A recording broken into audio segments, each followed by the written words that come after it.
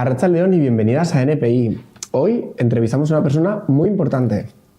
Es Íñigo Lamarca, al que saludamos ya, exararteko, abogado y bueno, durante muchos años activista. ¿Qué tal, Íñigo? Pues muy bien. Te agradecemos que hayas venido porque sabemos que ya te has jubilado y que estás un poco fuera de los focos y la verdad nos resulta un auténtico orgullo tenerte aquí. Sí, pues mira, pues lo digo de verdad. O sea, cuando me llamaste, pues yo cuando me jubile digo, me jubilo de todo. Y digo, pues no, pero digo, ¿cómo que no? Pues venga, sí. Nada más está lo de Donosti y entonces, bueno, pues aquí estoy, encantado. ¿A qué se dedica ahora Íñigo Lamarca? O sea, yo me jubilé con la edad, con 75 años, en julio, el pasado julio. Entonces, ¿qué hago? Pues de entrada, cuidarme. Me levanto pues entre las 7:30 a las 8. Leo prensa, que es una auténtica pasión, desde que tenía 14 años, 13, 14 años.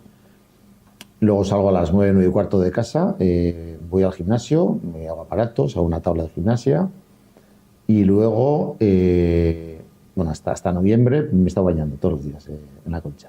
Fantástico. O sea, la mejor de las vidas. Sí, sí, muy buena vida. Luego pues paseos y bueno, luego siempre hay que hacer, pues cosas de casa, quedar con amigos, ¿Viajar? Viajar poco. Sí, hace poco he estado con mi marido en un viaje por Italia, pero no me ha dado por viajar. No, estoy leyendo mucho, que es algo que lo tenía casi dejado. He retomado el inglés y así sí me va el día haciendo menos de lo que me gustaría hacer. Pero bueno, también cogiéndole el ritmo y el pulso a la nueva vida. Quizás todo lo que no hayas podido hacer en estos años, en los que como ararteko, como abogado, como activista, pues bueno, has tenido muchas cosas que hacer y muchas cosas por las que pelear. Fíjate, hoy lo hemos hablado además a micrófono cerrado antes de comenzar con la entrevista. Hoy ser homosexual es algo viable, algo relativamente fácil si lo comparamos con lo que era ser homosexual en los años 80.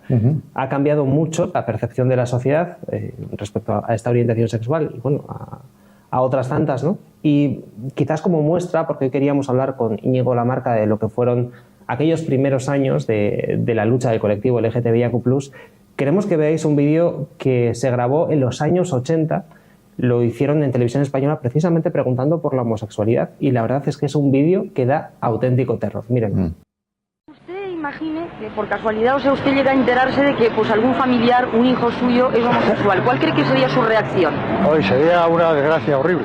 Pues yo creo que eso es una cosa que debe ser enfermedad, porque hoy día, como estamos viviendo, hay mucho paro y, en fin, hay cosas que nadie está, todo el mundo parado y además no tienen nada apenas de trabajo. Y hay mucha gente parada que están sin hacer nada y claro, les da por hacer cualquier cosa. Si no debe estar prohibida, sí tampoco debía estar permitida en el sentido de que se haga propaganda de la homosexualidad. Una enfermedad más. Que no perjudiquen a la gente que no lo es y les dé malos ejemplos. Ahora, si en privado no tiene más remedio, pues mira, peor para ellos, ¿no? Estoy seguro que siempre lo habrá. Ahora, lo que me parece un exceso es la jornada del orgullo gay. Porque me parece que no tienen por qué presumir una cosa que al fin y al cabo pues es una anomalía de la naturaleza, que desgraciadamente ocurriría siempre. A mí me merecen cierto respeto, no tengo nada, en fin, no participo desde luego de sus inclinaciones, pero me parece que tanto como orgullo, pues me parece un poco exagerado. Y por otra parte, pues no sé por qué no vamos a tener también la jornada del orgullo machote, entre los cuales yo me cuento, ¿verdad? Pues como decías, había un vídeo durísimo. Íñigo, ¿tú viviste en esa época? ¿Cómo era así la realidad? Pues era así, a ver, yo estuve bajo un armario, dentro de un armario de 7 llaves. Normal. Hasta el año 82, o sea, hasta los 23 años. Pero, por ejemplo, recuerdo al hilo de este reportaje de Televisión Española que en la década de los 70, sería a finales de los 70, había un periódico que se llamaba El Caso, bastante sensacionalista, y yo no lo compraba nunca, pero sí que en una librería vi en la portada del Caso que daba cuenta de una encuesta que hicieron preguntando a la gente sobre a quién no querrían tener como vecino. Y daban diferentes opciones, ¿no? 7 u 8 opciones. Asesino, violador, gitano, negro, homosexual. Los últimos eran los homosexuales. Eso a mí me impactó. Un chaval de 15, 16 años que vea eso y dice, ostras, ¿esto qué es? Claro, en la escuela cuando yo estudié no se hablaba no ya de homosexualidad, sino pues no se habla de diversidad sexual, sobre orientaciones sexuales. Yo me acuerdo que cuando desperté a la sexualidad Y un par de años después, al amor, pues me di cuenta pues, que me gustaban los chicos. Entonces, todo aquello que los chicos decían, además era un colegio mixto, todo aquello que decían los chicos con respecto a las chicas, pues yo lo sentía exactamente igual, pero hacia algunos chicos. Claro, a mí nadie me había explicado que eso era posible. Entonces, y como no se hablaba, pues yo pensaba que era un marciano, o sea, que estaba enfermo, que algo me pasaba. Y bueno, como era un niño, pues no sé, pues con muchas inquietudes y que leía mucho, pues enseguida pues empecé a leer cosas de manera indirecta y dije, ahí va, pues esto tiene un nombre, que es homosexualidad. Porque claro, en aquel entonces, yo recuerdo un programa, mira, en ETV, ya serían los años 80, finales de los 80 o así, en el que en tono de humor una entrevistadora preguntaba en la calle, formulaba la siguiente pregunta: ¿es usted heterosexual? Entonces, una señora respondió irada diciendo, no, ¿qué me está usted diciendo? Yo no soy heterosexual, soy normal. Claro, no existía ni homosexual, ni heterosexual, bueno, ya ni te cuento, ni bisexual, nada, no existían esas palabras. Pero sí que existía la homofobia. La homofobia no con esa palabra, pero sí evidentemente una homofobia que era como el aire, una atmósfera que te empapaba absolutamente. Y eso sí lo sentías. Y sabías que si tú expresabas tu amor, o expresabas tus sentimientos y podías tener problemas. Entonces te ocultabas, como yo, pues tanta otra gente. Yo creo que hay que hacer un reconocimiento, sobre todo a Egan, que empezó en aquella época, hizo un trabajo impresionante, mucho más visible quizás a partir de la muerte de Francis, ¿no? Un suceso del que ya hemos hablado además en este programa. Recordamos el asesinato de un transformista en Trincherpe, en el 79, si no recuerdo mal, y a partir de ahí, bueno, es cuando empieza todo el movimiento, ¿no?, de liberación sexual en Euskal Herria. Y bueno, hay que reconocer el trabajo que hicieron muchas personas que fueron muy valientes, porque decir que ahora eres homosexual es relativamente fácil y, como estabas comentando, Íñigo, en aquella época era complicado. Sí, vamos, había que hacerle a EGAM y a los activistas de entonces. Uno de ellos, Miquel Martín, además, desgraciadamente murió. Euskal Herriko Gaiaskapen Mugimendua. Yo tengo que decir que surgió en el año 77, fue uno de los primeros grupos LGTBI del Estado. Hicieron una labor absolutamente formidable. Yo estaba en el armario. Ya la televisión, la ITV, cuando surgió, en algún programa sí que llevó algunos activistas de EGAN, también una activista histórica en Pineda. Y yo me ponía muy nervioso, doblemente nervioso, porque primero claro, me parecían personas absolutamente valientes, pues que estaban dando la cara pues, por todos y haciendo una pedagogía social que era absolutamente necesaria. En los tiempos durísimos, y los debates eran horrorosos, porque había gente homófoba que decía auténticas burradas. Entonces yo me ponía también nervioso por eso, porque indignado, pues por escuchar esas auténticas barbaridades. Y Egan efectivamente fue pionero, también los grupos de lesbianas feministas, y se les debe muchísimo, no solamente todas las personas LGTBI, sino personas que luego más tarde pues empezamos a hacer activismo. ¿Os imaginabais en aquella época los avances que se han logrado a día de hoy? No. Imposible. Yo empecé en el activismo, bueno, salí del armario y bueno, pues empecé a frecuentar los lugares donde las personas gays, lesbianas, bisexuales, trans se reunían con mínimas garantías de seguridad en Donosti y también en Bilbao. Y bueno, pues salía mucho, conocía mucha gente y muchos de los que nos conocimos en el ambiente de Donostiarra impulsamos en el año 97 una asociación, Gay2. Optamos por crear una asociación propia porque queríamos ser complementarios a lo que ya existía. En concreto, dimos mucha importancia en un principio pues, a crear un servicio de atención, ayuda a las personas LGTBI y a crear espacios de fiesta, de ocio, pues hacer excursiones de monte, fiestas, etc. Y nos juntamos ya desde el comienzo pues, 50, 60 personas. Y en cosa de 3 o 4 meses nuestra fórmula pues, tuvo muy buena acogida y éramos cerca de 300, la inmensa mayoría de guipuzcoanos y guipuzcoanas. Y el ambiente todavía era muy hostil. Gay2 enseguida también formó parte de la FLGTB, de la Federación Estatal de Lesbianas, Gays y Transexuales, trans. Y yo me acuerdo en el año 98 se reivindicaba la ley de parejas de hecho. ¿Por qué? Porque todos los grupos LGTB del Estado veíamos que la sociedad todavía era muy hostil y reivindicar el matrimonio, que a fin de cuentas era ni más ni menos que aplicar el derecho a la igualdad recogido en la Constitución y el Ordenamiento Jurídico Internacional de Derechos Humanos, pero veíamos que eso no iba a salir adelante. Y se ha reivindicado la ley de parejas, de hecho. En algunas comunidades autónomas, al amparo de las competencias que se tenían, empezaron a aprobar leyes de parejas, de hecho. La primera fue en Cataluña, en el año 98, creo recordar, y después vinieron otras comunidades autónomas, entre ellas Euskadi, un poquito tarde, en 2004 así.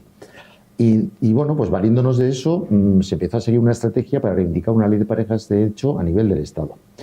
Y el PP, el presidente de gobierno era Aznar, se negó. Y además yo creo que cometió un error terrible, porque el movimiento, lo que hicimos, y yo creo que lo hicimos muy bien, fue explicar en términos de derechos cuáles eran nuestras reivindicaciones y cuál era nuestra situación, nuestra realidad. Se hizo mucha labor también con medios de comunicación, con instituciones, con partidos políticos. Ya me acuerdo de una entrevista que tuvimos con el PP, con dos dirigentes de aquel entonces del Partido Popular de Euskadi. Nos escucharon muy amablemente, y una de ellas, cuando terminó, nos escucharon mucho y bien. Dijo: es la primera vez que conozco a chicos gays. Y yo le respondí: pues seguramente no es la primera vez. Es la primera vez que usted conoce a personas que, de una manera natural, dicen que son gays y son los activistas, pero a lo largo de su vida seguro que ha conocido y que conoce a muchos hombres gays, a muchas mujeres lesbianas o bisexuales o trans. Y se quedó un poco así, pensativa, porque es así.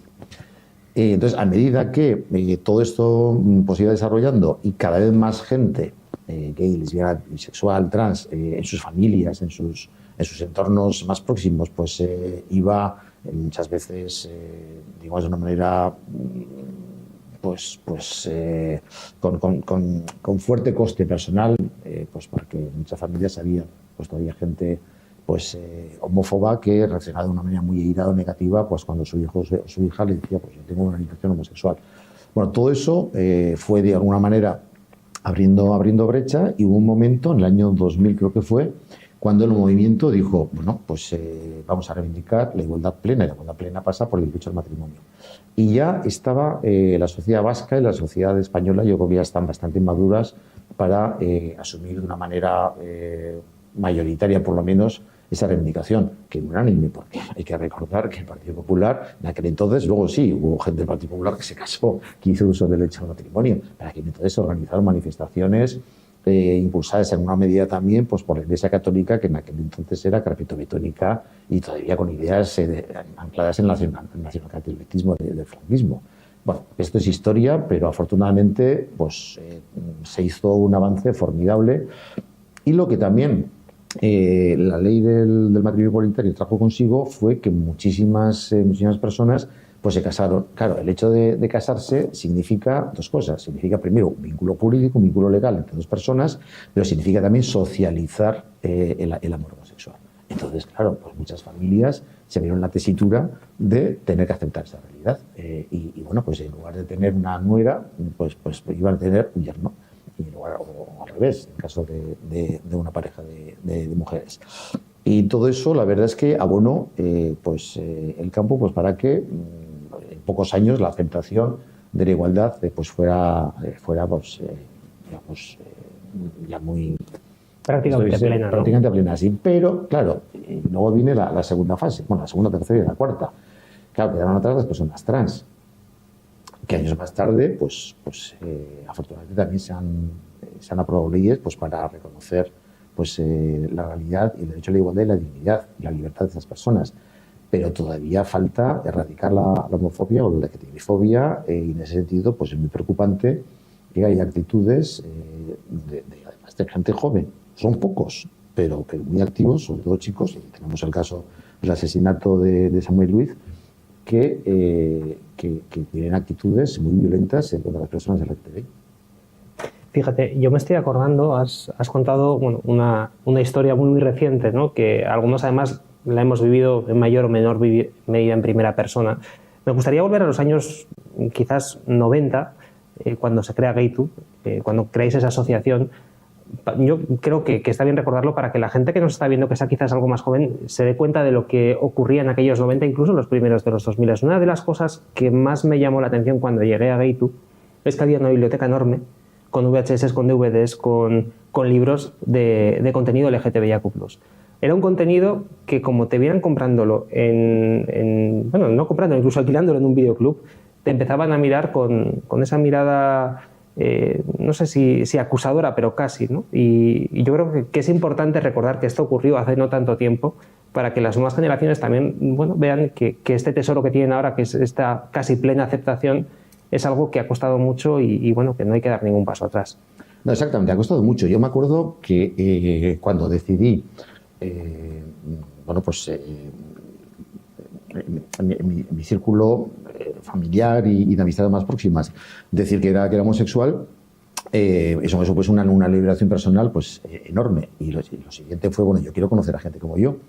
Y había una revista, Party, que tenía un formato enorme, que lo realicé seguramente pues porque lo vi pues, expuesto en un expositor, y yo lo solía comprar en un kiosco que estaba en la calle Fontarrabía, el Drastor, y para que nadie me viera, pues solía esperar, mejor dicho, solía dar algunas vueltas, y cuando veía, ya más o menos cuando estaba oscureciendo, que ya pues no había nadie, iba y compraba alguna otra revista también. Entonces cogía el Party y otra revista, ¡pum!, y lo escondía. Y yo creo que como yo, pues eso hacía pues mucha gente.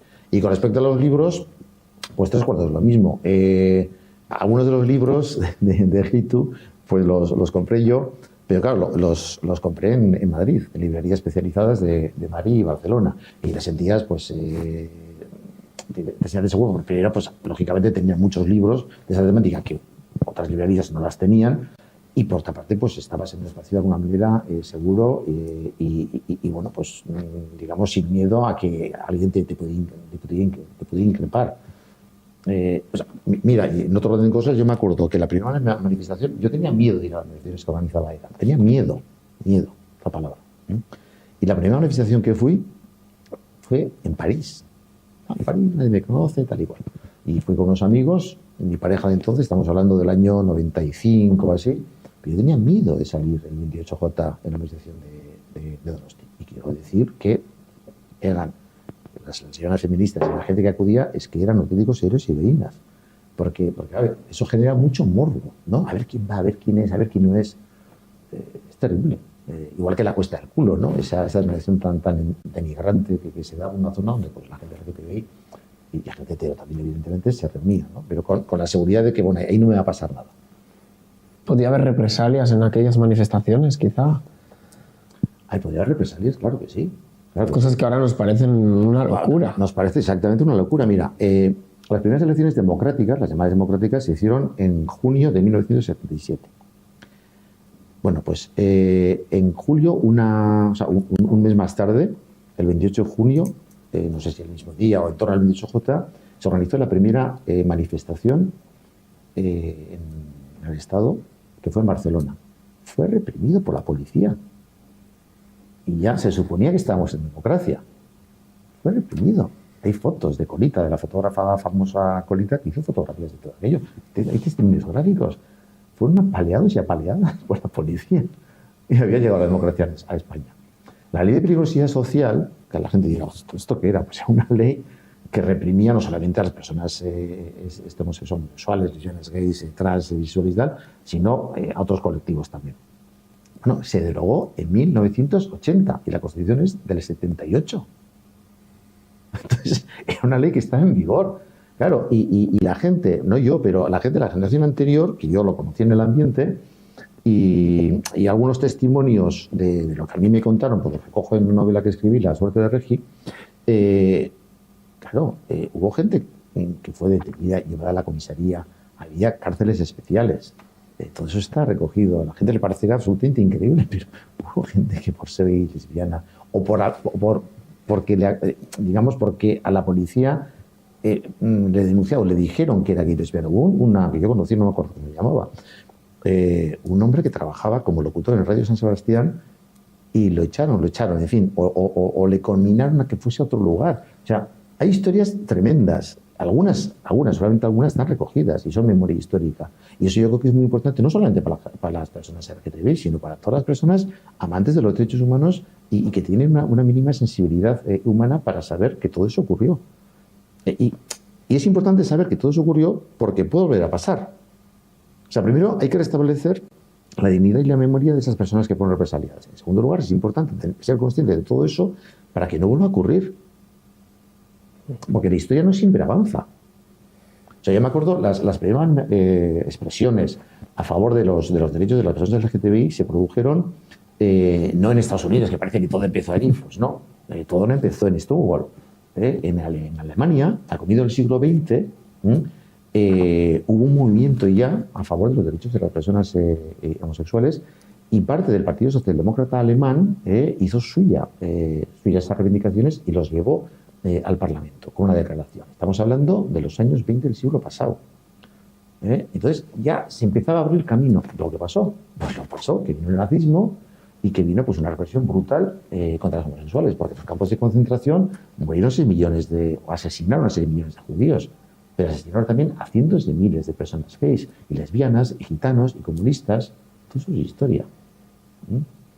Ojalá no vuelva a pasar, pero cuidadito, que hay que tener muy presente que la homofobia ha estado presente siempre y, a ver, en la gran mayoría de los países sigue habiendo una homofobia, en algunos casos, institucionalizada mediante leyes represivas y si no una homofobia social absolutamente terrible para las personas LGTBI. Además, en el 2024 todavía hay países en los que existe la pena de muerte contra las personas LGTBI. O sea que es muy importante.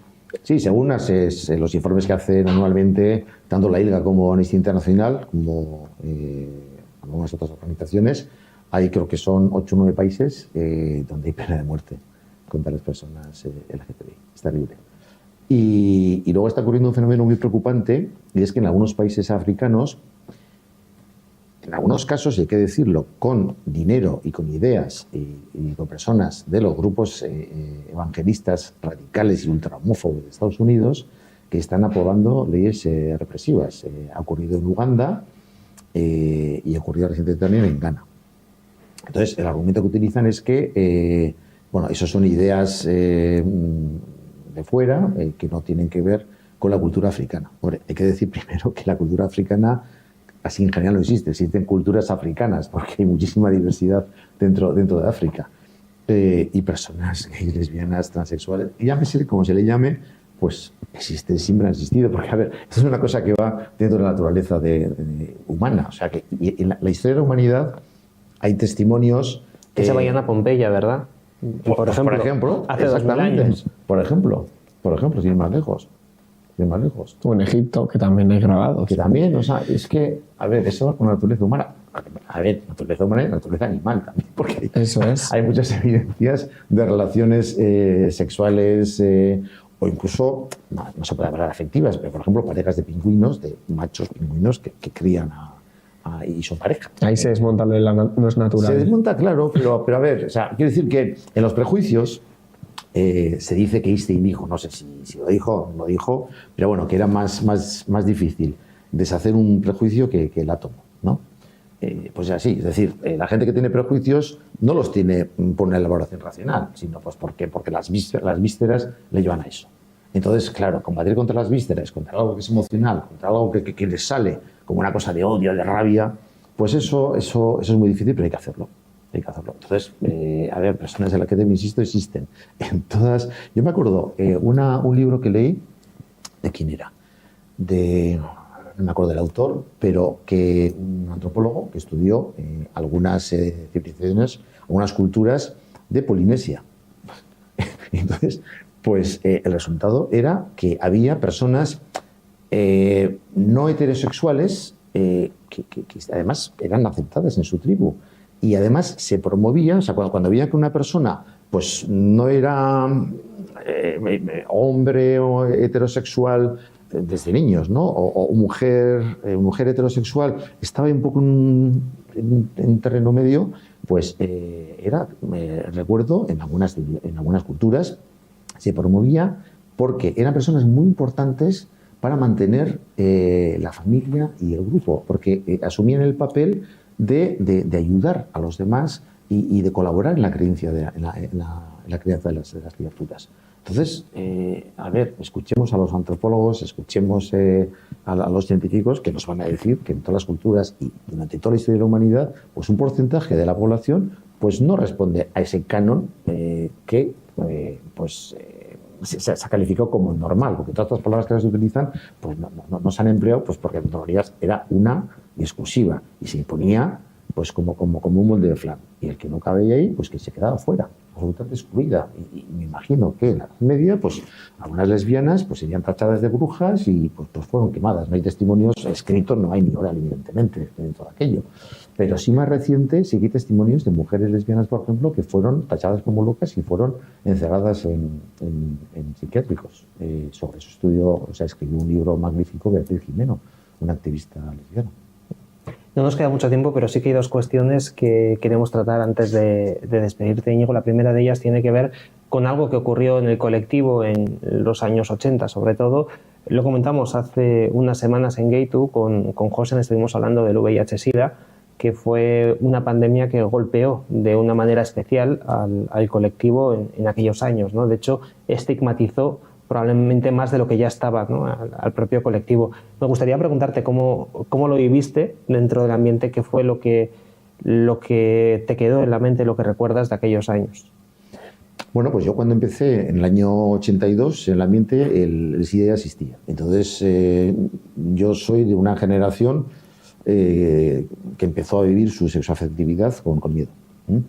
Conozco a gente que murió, conozco a gente que contrajo el VIH y lo que pasó en Estados Unidos y en otros países fue absolutamente inhumano, cruel, hasta más no poder, porque se estigmatizó, bueno, no solamente a las personas gays, inicialmente se hablaba de la enfermedad de las 4 Hs, homosexuales, heroinómanos, hemofílicos y haitianos, fíjate tú, haitianos, por Dios.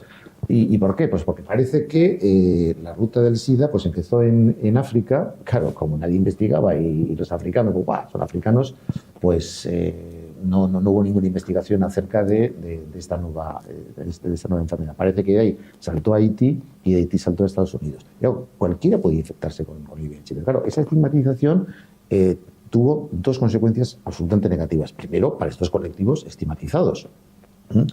Y en segundo lugar, para el conjunto de la población, porque no era la época en la que el presidente, creo que era Reagan, no se puso el dinero necesario para acelerar la investigación y para que lo que en aquel entonces era pues, prácticamente mortal para quien lo contraía, pues dejase de serlo como pasó más tarde. Entonces, yo lo viví con miedo, con indignación, por la respuesta que en Estados Unidos, eso tardó 3 o 4 años, pero fueron años perdidos de alguna manera en la lucha contra el VIH. Y luego, amigos próximos no murieron ninguno, pero gente que contrajo el VIH sí conozco unos cuantos. Y en el ambiente, gente que murió también. Entonces, era una mezcla de miedo primero, porque además las medidas profilácticas vinieron más tarde. O sea, inicialmente, pues parece ser que si utiliza el preservativo, pues se llegó a decir incluso que hasta por el aire se podría llegar a contagiar. Hay algunas declaraciones de Fauci, que ahora ha sido tan famoso con el coronavirus, que ya por entonces andaba pululando y lo llegó a decir en medios de comunicación con todo lo que aquello suponía, ¿no? Mira, ahora, al hilo de esto, yo recuerdo un amigo mío, que sigue siendo amigo, que bueno, se puso paranoico porque pensaba que una picadura de mosquito le podía contraer con eso podía contraer el VIH. Se sabía poco, porque insisto, la investigación, luego vino, sí, pues se identificó ya al virus, pero si se hubiesen puesto más medios en los comienzos de los 80, pues obviamente pues, los resultados hubiesen sido mejores.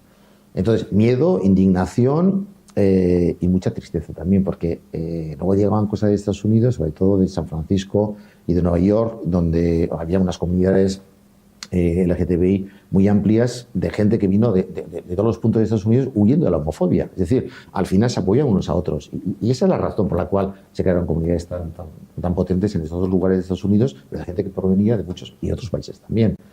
Entonces, claro, eso... O sea, hubo casos de muertes, pero murió mucha gente de parejas que no pudieron que no pudieron despedir a sus personas amadas, porque no tienen ningún vínculo jurídico.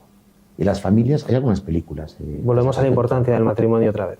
Claro, es que eso de alguna manera impulsó la necesidad de que hubiese vínculos jurídicos entre personas del mismo sexo, porque para tener derechos, pero derechos, o sea, todo tipo de derechos, incluyendo el derecho a poder estar en el lecho de muerte de la persona amada, cosa que se les negó en los comienzos de los 80. Y hubo gente que murió sola porque le impedía al hospital entrar, porque no tenía ningún vínculo jurídico a su pareja, y su familia tampoco iba porque era homófoba. Qué duro. O sea, Qué duro, sí. Durísimo, durísimo. Qué duro. Hay testimonios de eso, es decir, yo no estoy inventando nada, porque luego la gente habló y todo eso está escrito, y alguna película yo vi basada todo esto. Y para terminar, Íñigo, me gustaría agradecerte tus años como ararteko, que viniste a ver el Alarde de Irún. Bueno, me consta que te quiere mucho ahí la gente, porque tu figura sirvió mucho, tu imagen como institución, que en aquella época ninguna institución más que Emakunde y el Ararteko nos apoyaban. Es que ricasco, de verdad. Y te lanzo un lazo para el año que viene, el futuro Alarde de Giroa, una entrevistita. Pues hecho. Es que ricasco, es que ricasco. Pues Íñigo Lamarca, gracias una vez más por haber venido. Sabemos, como decíamos al inicio de la entrevista, que ya estás jubilado, que querías alejarte de los focos, pero pese a ello... Le hago trabajar a los temas. Has venido aquí y te lo agradecemos de verdad. Muchísimas gracias, porque al final yo creo que testimonios como estos que nos has ofrecido ayudan y mucho a las futuras generaciones, a aquellas que no vivieron aquellos años y que deben de conocer lo que pasó para que, sobre todo, no se vuelva a repetir. Eso es, muchas gracias. Milla mía, Es que ricasco. Nos vamos a ir ahora. Sí, cerramos con el documental Les Visibles. Y nada, os dejamos el reportaje que ha hecho Iker Montero.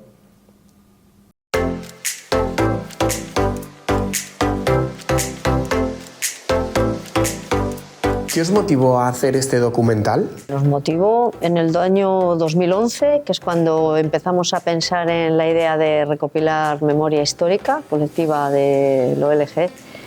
Que nos estábamos haciendo mayores, que la gente que habíamos participado en los años 70, 80 del movimiento, pues que tenía ya muchos años y que estaba bien hablar de memoria y hablar de memoria LGTB, que queríamos recoger cómo habían sido las vidas de la gente, que queríamos hacer algo que quedara un poco, pues la gente que había hecho militancia que se reflejara, porque habíamos sido muy activas en el movimiento y en la calle y en reivindicación, pero no recogíamos. Entonces nos motivó mucho esa idea. Sobre todo que no se olvidara lo que fue unas décadas de lucha, ¿no? De los que en ese momento éramos las voces disidentes de lo que es la heteronorma.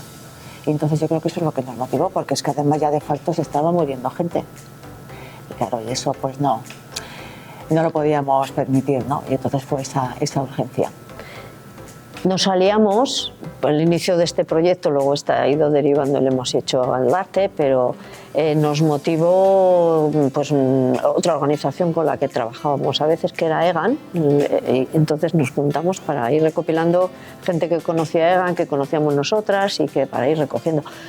Y este es un proyecto que tiene bastantes más cosas que el documental Les Visibles. ¿Creéis que hay similitudes entre lo que vivisteis y lo que viven las nuevas generaciones LGTBIQ+? Con las distancias debidas, porque no son las mismas épocas, todavía a día de hoy hay buenas dosis de LGTBofobia, de prejuicio social y de conflicto respecto a cómo esta sociedad convivimos con la diversidad sexual y de género, ¿no? Entonces las similitudes se dan por un lado y por otro, ¿no? Antes estábamos comentando, ¿no? con una de vuestras compañeras del TALDE, ¿no? O sea, que todavía hay gente que se lo pasa, que cuando lo dice sale del armario, todavía tiene que soportar, ¿no? La violencia familiar, incluso es echada de casa, etcétera, ¿no? Entonces hay bastantes similitudes. Esto no obvia que en 30 años, ¿no? O 40 años, que son los que separan el documental de Les Visibles de ahora, se haya avanzado. O sea, que haya mucha gente LGTBIQ+, que pueda hacer sus vidas, que pueda vivir sus sexualidades y pueda vivir el género como le apetezca, ¿no? Con relativa tranquilidad. Pero sí, todavía sigue habiendo similitudes, sí. ¿Qué mensaje querríais dar a las nuevas generaciones? Yo una fundamental, fíjate tú. O sea, yo que trabajo mucho con las nuevas generaciones, con gente joven, ¿no? Por razones de mi trabajo, que lo que no pueden hacer es tirar la toalla, desanimarse. A ver, las condiciones de hace 40 años eran malas, eran pésimas, o sea, no se nos esperaba, ¿eh? O sea que ahora esas condiciones han cambiado y el viento está un poquillo más a nuestro favor, ¿no? Un poquillo, no mucho, pero un poquitillo, ¿no? Y entonces que no tiren la toalla, o sea, que no se aíslen, que sobre todo no se aíslen, y que tomen contacto con gente que pueda compartir, ¿no? LGTBIQ+, que puedan compartir sus mismas ilusiones, sus mismos gustos, etcétera, y que no se aíslen, y que no lo den y que no lo tiren todo a las redes sociales. Aquí hay un grupo que sois Luma, que presencialmente os juntáis, habláis presencialmente, estáis presencialmente, corpóreamente, etcétera. Y que no todo va por las redes sociales ahora, o sea, que salgan de sus redes sociales, salgan de su smartphone, y hablen con la gente, salgan a la calle sin miedos y hablen con la gente. Fíjate, yo diría que no sé, que la lucha por la libertad de ser cada cual como quiere ser y vivir como quiera, y aunque sea contracorriente y fuera de la norma, que sigue siendo un espacio importantísimo tanto en lo social como en lo vital, porque en lo vital sobre todo te da muchísima alegría luchar por lo que tú quieres y hacerlo, ¿no? Yo muchas veces piensas, no parece que se puede. Sí, juntándote con la gente adecuada y que te entiende y con la que estás bien, se puede ir para adelante y hacer muchísimas cosas que al principio parece que te ponen zancadillas, pero luego sabes que has hecho cosas muy importantes, tanto para ti como para lo social, ¿eh? ¿Creéis que podríamos dar pasos atrás en los derechos LGTBIQ+? Sí, claro. Sí, ya creo que con los nuevos vientos que corren de ultraderecha total, sí. Está claro. Es decir, nosotras somos una generación que tuvimos que partir, ¿no?, de cero. O sea, se muere el dictador, acaba Franco, empieza toda una época de construir toda una serie de reivindicar una serie de derechos, ¿no? Claro, estos ahora siguen estando, se siguen recortando, y se siguen limitando, y eso puede ocurrir, que desaparezcan si de repente mañana tenemos un político de ultraderechas, pues bueno, como está pasando en países como Argentina. Trump lo primero que ha prometido es echar a los trans del ejército, que bueno, que viendo igual no está mal, ha prohibido las operaciones para menores. Polonia, como está Europa, como está Polonia, etcétera, ¿no? Donde claramente se está viendo retrocesos muy claros de derechos humanos LGTBI y más amplios también, ¿no? Pero sí, puede. O sea, y si no luchamos, está claro que... Hubo una época en la que, con el auge de todo a conseguir los derechos y demás, pensábamos que los derechos eran inamovibles y que una vez conseguidos no, pero nos estábamos dando cuenta ya hace unos años que no, hay que seguir, atentos a qué está pasando, ¿no?, en lo social, en lo político, porque sí que es verdad que pueden ir cortando, ¿no? Cosa que no creíamos en algunas épocas, ¿no? Digamos, esto ya está conseguido, ya no hay vuelta atrás. Sí, las ideologías de ultraderecha, religiosas. De ultraderecha, ultraconservadoras, muy religiosas, están pegando muy fuerte, ¿no?, contra lo que nos denominan ideologías de género. Y claramente lo que persiguen es nuestra eliminación, el recorte de nuestros derechos, claramente. Y esto lo vamos a ver. Y vuestras generaciones, que los que sois jóvenes todavía más, me imagino. Vosotras vivisteis una época en la que ser lesbiana pues era muy duro, pero es que encima erais mujeres. ¿Sentíais ese hándicap encima añadido? Sí, totalmente. Todas las leyes que penalizaban la homosexualidad se aplicaban sobre todo a hombres, ¿no? O sea, pocas veces a las mujeres. O sea, toda la represión política y social que hubo era así sobre los hombres. Las mujeres en ese momento y durante toda esa época era una represión muy privada, a través de la familia, a través de las monjas y a través de esas instituciones así muy privadas, a través de los sanatorios de salud mental, etcétera, ¿no? Y entonces es verdad que llega la transición y mientras los hombres, los gays, no tenían que reivindicar que existían, porque todo el mundo sabía que existían, porque sabían para pegarles, es verdad, para meterles en la cárcel, reprimirles con la ley de vagos y maleantes. Pero se sabía que existían. Las mujeres lesbianas no se sabía que existían, ¿no? Y entonces era claro, nuestras reivindicaciones eran de lesbianas existimos, lesbianas porque sí, aquí estamos las lesbianas, etcétera, ¿no? Entonces fue muy clara la diferencia entre lo que tuvimos que hacer las mujeres y lo que tuvieron que hacer los hombres. Y luego, pues bueno, ya sabéis que aquí lo que hicimos fuimos a organizarnos, sobre todo alrededor del movimiento feminista. Porque vimos que las lesbianas estábamos mejor organizadas en el interior del movimiento feminista, compartíamos mucho más criterios que en el interior del movimiento homosexual, donde muchas veces había que discutir con los hombres cosas que claro que los hombres pues no compartían al 100%, ¿no? Porque ellos tenían una lucha política muy de fuera efectos policiales, fuera la ley de peligrosidad social, etcétera. Entonces ahí se veían muchas diferencias, sí. Pues es que ricasco por las preguntas y tengo muchísimas ganas de ver el documental, la verdad. Pues vale. Vale. A ver si os pues gusta. gracias a vosotras.